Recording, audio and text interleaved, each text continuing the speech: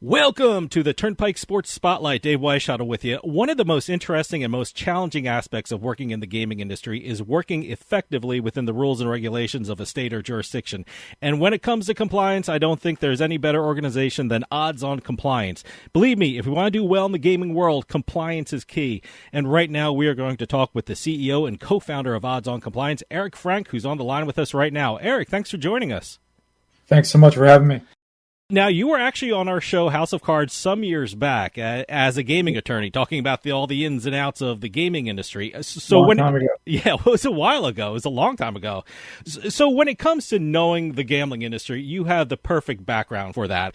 But before you formed Odds on Compliance, tell us a little bit about your work in the gambling industry.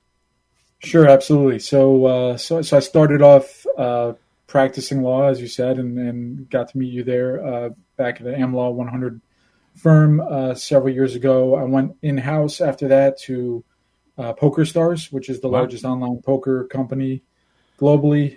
Helped them kind of get through navigate the U.S. regulatory process for a while, and then grew into a role as their global head of compliance. So managed licenses in 25 plus jurisdictions, regulatory affairs on multiple continents. A fairly simple part-time job, I'd say.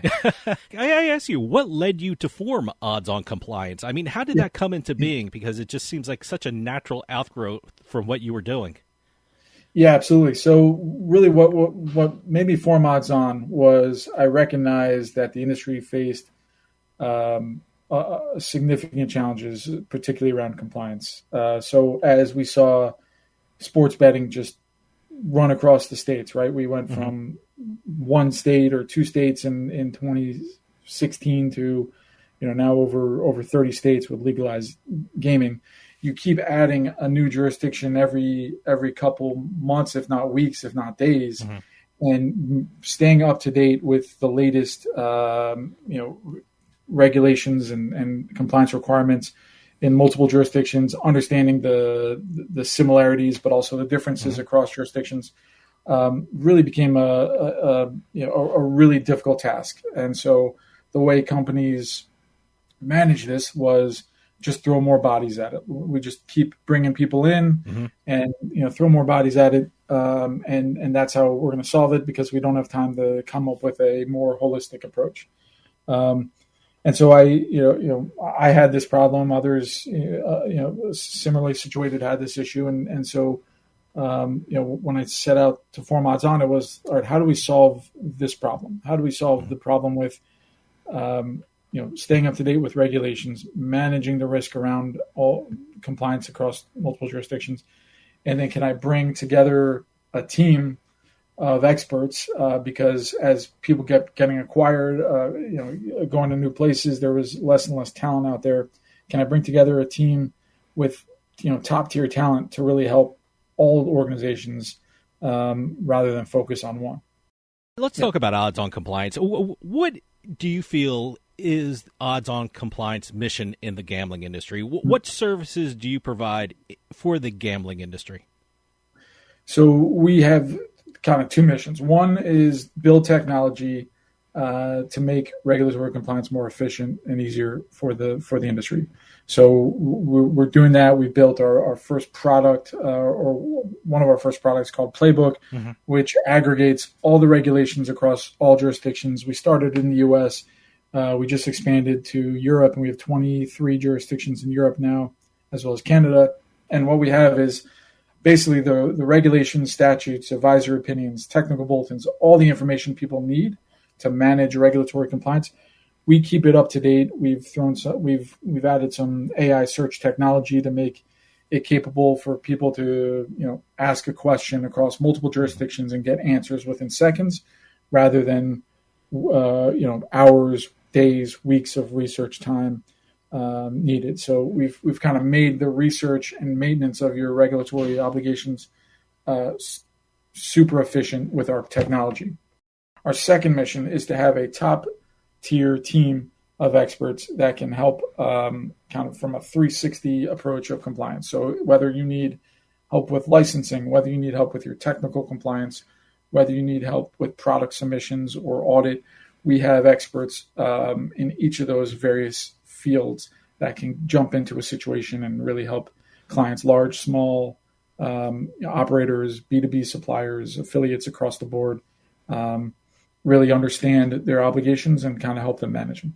I'm glad you mentioned your team, because what struck me first when I went to your website, oddsoncompliance.com, is the incredible people that you're working with. I mean, you have an award-winning company because you work with some of the best people in the business. I mean, give us a sense of who's the team you're working with, because really they're a virtual who's who of people in the gambling world. Yeah, no, I appreciate that. And typically what I say is the team around me is phenomenal, and I'm always the dumbest person in the room, and I love it. No, I have former regulators like Eric Weiss, who was with the New Jersey Division of Gaming Enforcement for 30 years, retired and came on to join me. He ran the DGE's lab for a period of time, was their chief of staff. So he's been with and understanding sports betting across the U.S. Since day one, as New Jersey was one of the first to regulate. We have people like Cheryl Jones, who joined me from a B2B supplier. She runs our European division, was with an independent testing lab for a period of time, understands the technical requirements across jurisdictions all over the world. People like John Wellendorf, who was head of compliance at Tipico and PointsBet for a period, just understands operationally and quite frankly commercially how companies need to run a sports book and business. Spent some time in Australia, really learning the business, and other folks. Mike Mignon was with an independent testing lab for a period, then was director of technical compliance at a major book. Understands the technical aspects, can speak to engineers, can speak to regulators, really versatile, and can bridge those gaps together. So really solid team. I could go on for hours talking about my team for sure. One of the great things about doing this show is that we get a lot of people listening who are not in the gambling industry but are very interested in it. So I want to get everyone on the same page. When we say the word compliance, what do we mean? I mean, I'm sure a lot of people out there are saying, oh, you just follow the rules and you should be okay, but it's a lot more complicated than that. When we're using the word compliance, what are we talking about? Yeah, so we're talking about a whole host of things. We're talking about when you as a customer sign up for an account at a sports book, you go through a onboarding process. And what that looks like. So your name, your date of birth, your address, last four of your social, and all that information. You're checking a bunch of boxes that you agree with certain terms and conditions. Each and every one of those little pieces of that, comes from regulation, comes from requirements. Mm-hmm. So no one ever reads those terms and conditions. Those check the box. I agree, but it's our responsibility. I know those, in and outs of each and every one of those. What's required in different states. What information you have to require customers to provide in advance, and how it's different between states. So kind of understanding that. And then once a customer's on the platform, there are a whole host of new requirements, right? So mm-hmm. Yeah. What bets you can see on your sports book? Well, each event, each league has to be approved for betting. Mm-hmm. So we help leagues get their events approved so that you can see them on your sports book and make bets on those. And how do we do that? I mean, that's a whole process in and of itself. We have to provide regulators information about the governing bodies of these sports betting, of sports leagues, what events they have, what their seasons look like. And of course, we're not talking just about the MLB and NFL. We're talking about American Cornhole League and pickleball. So really understanding kind of who's running these organizations, what's their season look like, how are the teams set up, who owns the teams, all that kind of information. Regulators want to know in advance before they allow people to bet on it, and so that's part of what we help out with.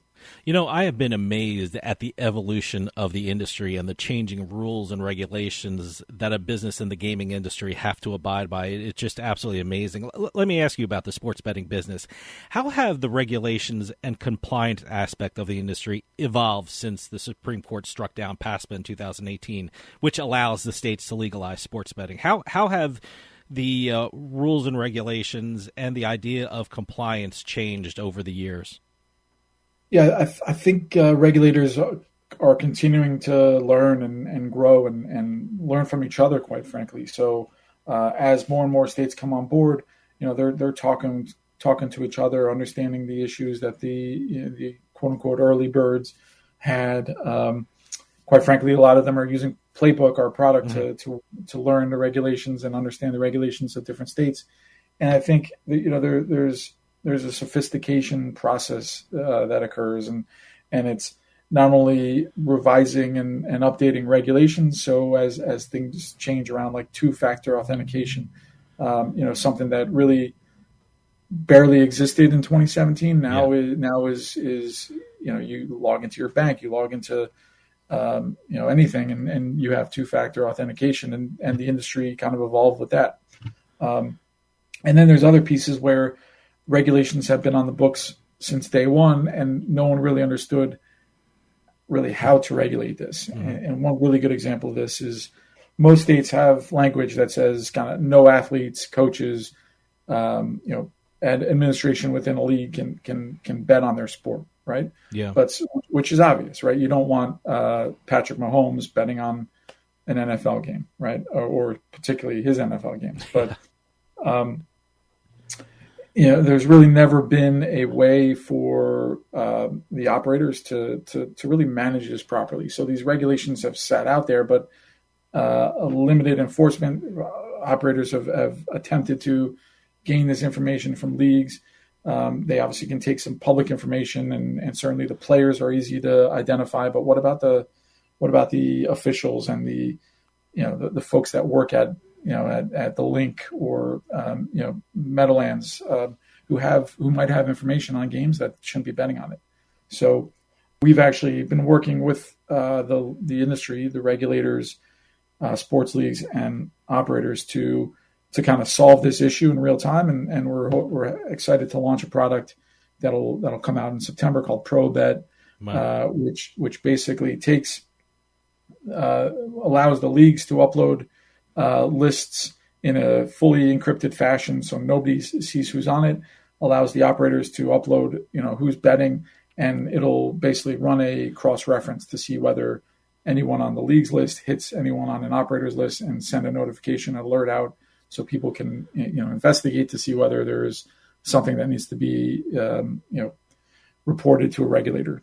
So we've gotten a lot of tremendous support. Over 100 organizations have already signed up to. Wow, that's great. To be involved in that. I would think one of the most challenging things about dealing with compliance issues is the fact that every state has different rules and regulations with regard to gambling and sports betting. Look, I'm a lawyer with an office in New Jersey who has had sports betting since 2018, but I also have a law office right outside of Boston, Massachusetts, where they just started sports betting in January, and the Gaming Commission in Massachusetts is really still formulating rules and regarding the sports betting industry and really feeling their way out. Are compliance issues in newer jurisdictions harder to navigate? Because in some states, like I said, they're still working some issues out, even though, sports betting is up and running. It's still kind of evolving in Massachusetts. Yeah, absolutely. I will say, I think we have some tremendous regulators across the United States here.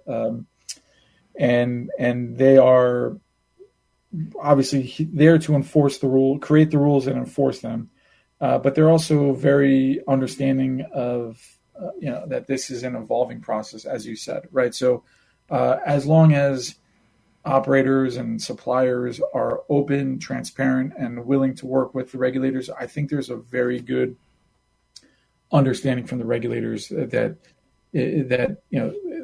this is a process. And when they make a rule, it's not. Sometimes it takes some time to get that enforced, right? So if there's a rule change that requires development time, it's not something that can be, done overnight, right? So I think as long as operators and suppliers are very transparent with that process, what it looks like, what their anticipated timelines are for implementation, regulators are very much willing, to work with folks. They want this to succeed.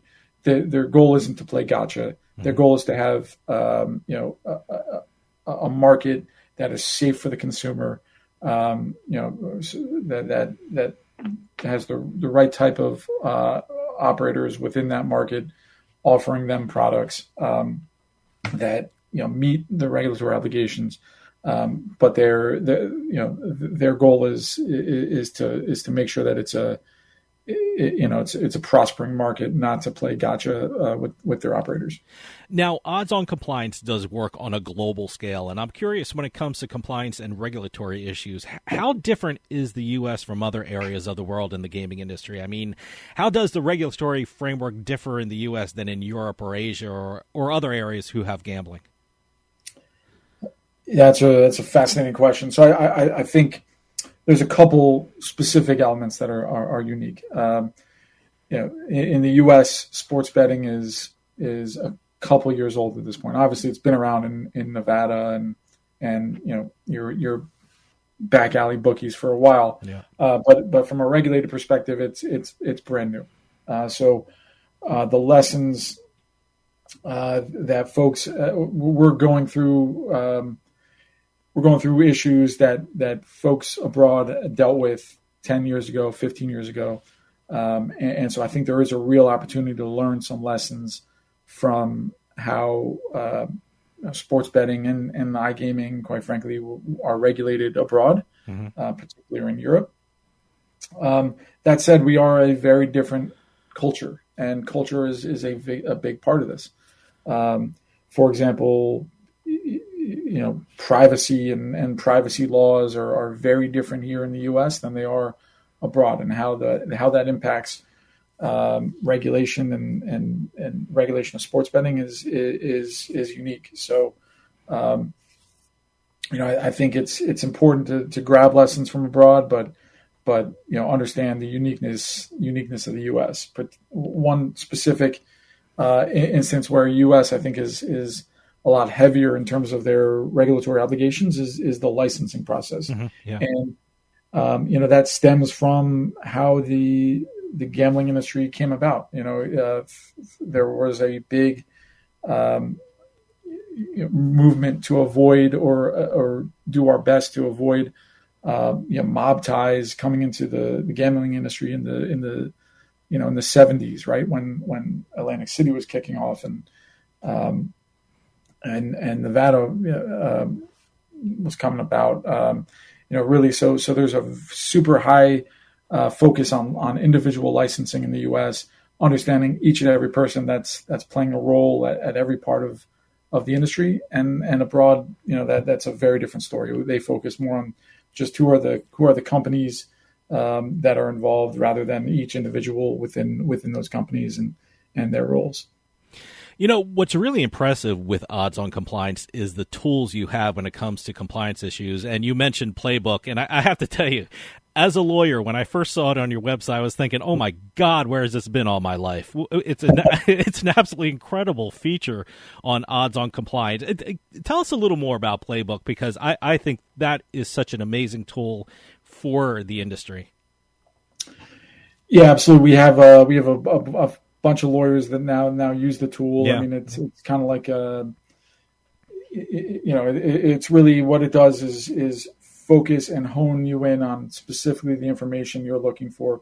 Our goal isn't to provide spoon feed answers. Like it still requires the compliance team or external lawyers, et cetera, to do the analysis and provide that information.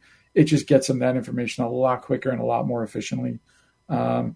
Gives people a lot more of an educated approach to what they're researching, and we do that through a couple different couple different aspects of the product. First is, again, we have a library that has every single regulation, statute, technical bulletin, advisory opinion across the U.S. and abroad, and we keep those up to date. We have multiple systems that check daily, monthly, and quarterly to kind of check that information to make sure it's kept up to date minute by minute. And then and then we have our AI tools, which allow for different aspects of getting that information and retrieving it in a matter of seconds. We provide kind of a Chat GPT like AI generated summary. Wow. To questions that people are asking, but more importantly, we also give them exactly the source information. So if you need to know the cost of a sports book license in 10 jurisdictions, you can just ask that question across the jurisdictions you're looking for, and that information comes back to you within seconds in our summary. But then also any good compliance or legal professional wants to see it for themselves. We provide exactly the sources where that information comes from, take you exactly to where within the statute, that answer or that information sits, and allow people to kind of, confirm for themselves and analyze for themselves that information. I love the fact that Playbook is something that anyone in the world can use, because I just got the press release. You now have a translation feature, which is incredible. It's so important. Walk us through. I mean, if I had a question about compliance, I would log on to Playbook, and what would I do? How would I use the features in Playbook? Yeah, it's fairly simple. If you have a question about compliance, you would just log on, and the first thing you'll see at the top of your screen is a giant search bar, and you would just type your question in there. Choose the jurisdictions you want to ask that question in. Choose the verticals that you want. We have sports betting, iGaming, land-based gambling, DFS, lottery. So if you have a specific question about DFS, you can select the DFS filter and hit the search button, and your question will get answered by our summary, and then we'll give you the source information so that you can dig in on that information yourself. Another incredible thing I want to hear about is something called Prohibit, and you mentioned it before, and this is through a partnership with U.S. Integrity. I just interviewed Matt Hull a couple of weeks ago, and I'm a huge fan of what U.S. Integrity is doing in the gambling industry. Tell us something about Prohibit, and tell us how it's fulfilling what I think is a very important function in the sports betting industry, especially considering the news and suspensions coming out of some collegiate sports programs and the NFL. Yeah, U.S. Integrity is doing phenomenal work, yeah. And our companies work super well together on this product and this project. Matt Holt and Scott Saden have a great team behind them at U.S. Integrity, and it's been phenomenal working with them on this, and really, like I said, this is to solve a problem that's sat out for some time of how do we get the information to operators about who should not be betting on different sports, and how do we do that in a safe and secure manner so that people's information is protected, the leagues feel comfortable that they're not sharing lists of personal data across 70 different sports books. They can centralize it into one place, that we have fully secured system. Actually, the information gets fully encrypted and de-identified within each league's own ecosystem. So by the time it gets to us, we have no idea what that information is. It's completely encrypted and hashed, and then we allow the operators to take their lists of bettors, and again, they have an obligation to protect the identity and information of their customers, but we need to make sure that those customers aren't league administration or players or coaches, and so they can similarly encrypt and hash their information, and then the Prohibit system we'll do a fully encrypted dual match and send out notifications back to leagues, back to operators if there's any match within the system. Prohibit is such an amazing idea. I'm just curious how this partnership came into being. Did Odds on Compliance approach U.S. Integrity? Did it happen the other way around? I mean, I'm just curious how this came into being, because it seems like your two companies are such a perfect fit for this project. Yeah. So I mean, I've known Matt and Scott for some time, and you know, we talk often about how projects or products that the industry needs, quite frankly, and obviously they have phenomenal relationships with many of the leagues, and there was clearly a desire, quite frankly, from the leagues. They want to see a solution here, and so we got working on it together and realized there's something here. We went and spoke to regulators across the country jointly, just exploring the opportunity, exploring the idea, and really wanted to get the buy-in from the regulators, which we absolutely have. We actually had a call last week with over 75 regulators on Wow. it to give an update of the project, and they're quite frankly really excited about what we're doing. Another thing I saw on your oddsOnCompliance.com website is a great thing you're doing for affiliate marketers. You have the marketing affiliate portal. What is that, and how can those who are in affiliate marketing use that?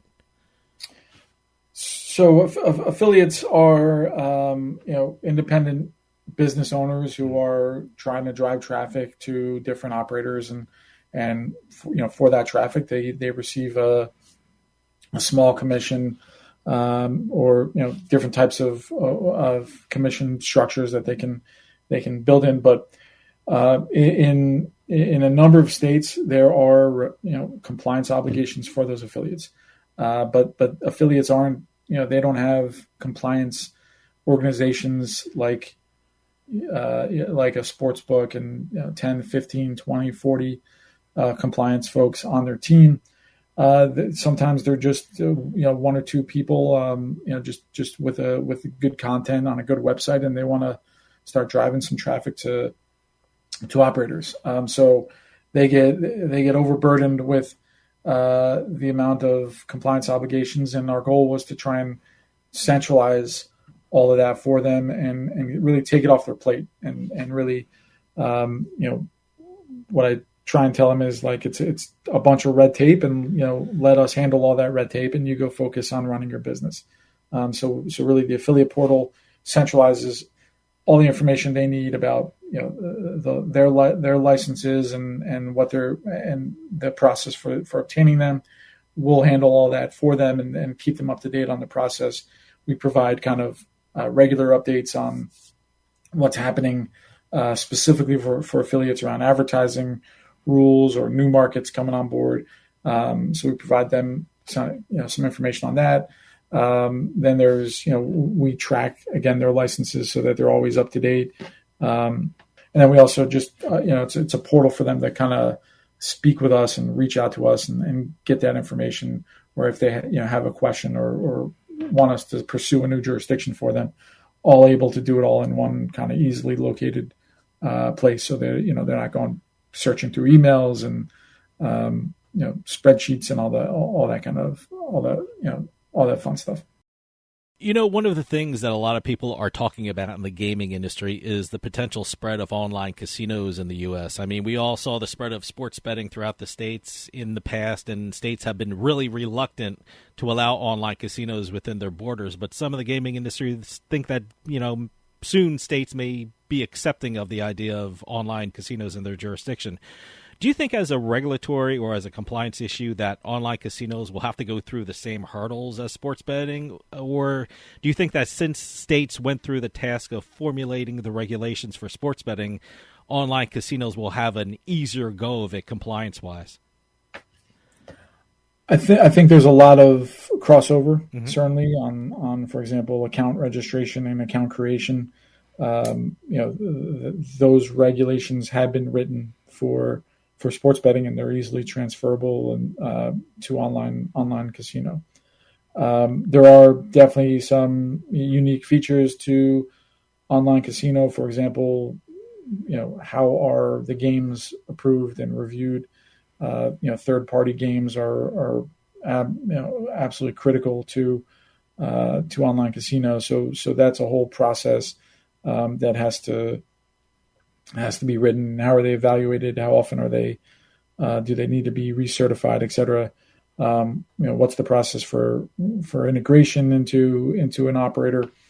So there's definitely a piece of work around that. But for the most part, I think consumer facing regulations are written, and so I think it will be I don't want to say easy, but a fairly quick process for regulators to kind of start drafting and putting together a set of regulations to manage online casino once they're ready. Like you said, I think states have been reluctant to do so. Yeah. I certainly, Rhode Island just passed online gaming very recently, online casino, and I think there certainly will be it'll happen. It won't happen at the pace that sports betting occurred, but you'll start slowly seeing states turn on online casino and regulating that over the next certainly for the rest of the decade for sure. What do you see as the big issues in the near future when it comes to regulation and compliance? I mean, I can tell you whenever I talk to a lawmaker or a gambling operator, they usually tell me about how betting on esports is going to be a regulatory nightmare, or they start talking about the amount of advertising that should be allowed. But Sure. What are you seeing as some of the big regulatory and compliance issues in the near future? I think you mentioned one there on advertising. So Yeah. it's a really interesting debate, right? So how much freedom do we give to people to see be able to make their own decisions on whether to look at an ad and whether to sign up for an account, or should there be certain restrictions, right? Should sports betting ads only be available after a certain hour when they're likely not to target minors? And all these are difficult questions that regulators will have to look at and evaluate. And I think as we see an uptick in regulated gambling, you're going to see an uptick in people needing, who have issues with gambling, right? And there's going to be more problem gamblers. It's not to say they weren't gambling before. It's just now they're doing it on and this is the importance of regulation. They're now doing it on a site that is regulated and monitored by the state and that tracks this type of information versus an offshore book or a back or back alley bookie that they're not tracking responsible gaming the way regulators and operators in a regulated market are. So while the number of people with problem gambling issues is going to increase, I don't necessarily think that it's a result solely of the ability for people to bet on regulated sports books. I think a lot of those folks were there. They're just now being monitored and tracked appropriately, and quite frankly, so that they can get the right help that they need. And I think a lot of the operators do a great job of providing that education and information. But I think that's going to be a big piece of debate moving forward. What should operators be doing? What should they be mandated to do to assist with responsible gaming measures? And Europe just is going through this significantly now. The UK putting in fairly significant measures to manage some of this, and I think you'll see some of that come across to the U.S. Eric, we're running out of time, but can you give out your website so people can check out Odds on Compliance and all the great things you're doing in the gaming industry? Yeah, absolutely. Oddsoncompliance.com.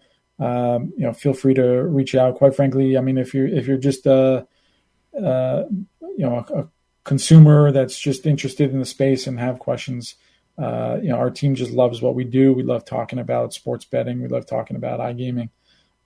So happy to have a conversation and fill people in on anything sports gaming related. Eric Frank, CEO and co-founder of Odds on Compliance, thanks so much for coming on and talking about Odds on Compliance and the things you're doing in the gaming industry. I mean, you're doing incredible things for anyone who is operating or hopes to operate a gaming business in any jurisdiction. So I hope you come back on and keep us updated about what's happening with Odds on Compliance, because you're doing really important work for this industry. Thanks so much for your time. Thanks so much. Appreciate it. That'll do it for us this week. See you next time on the Turnpike.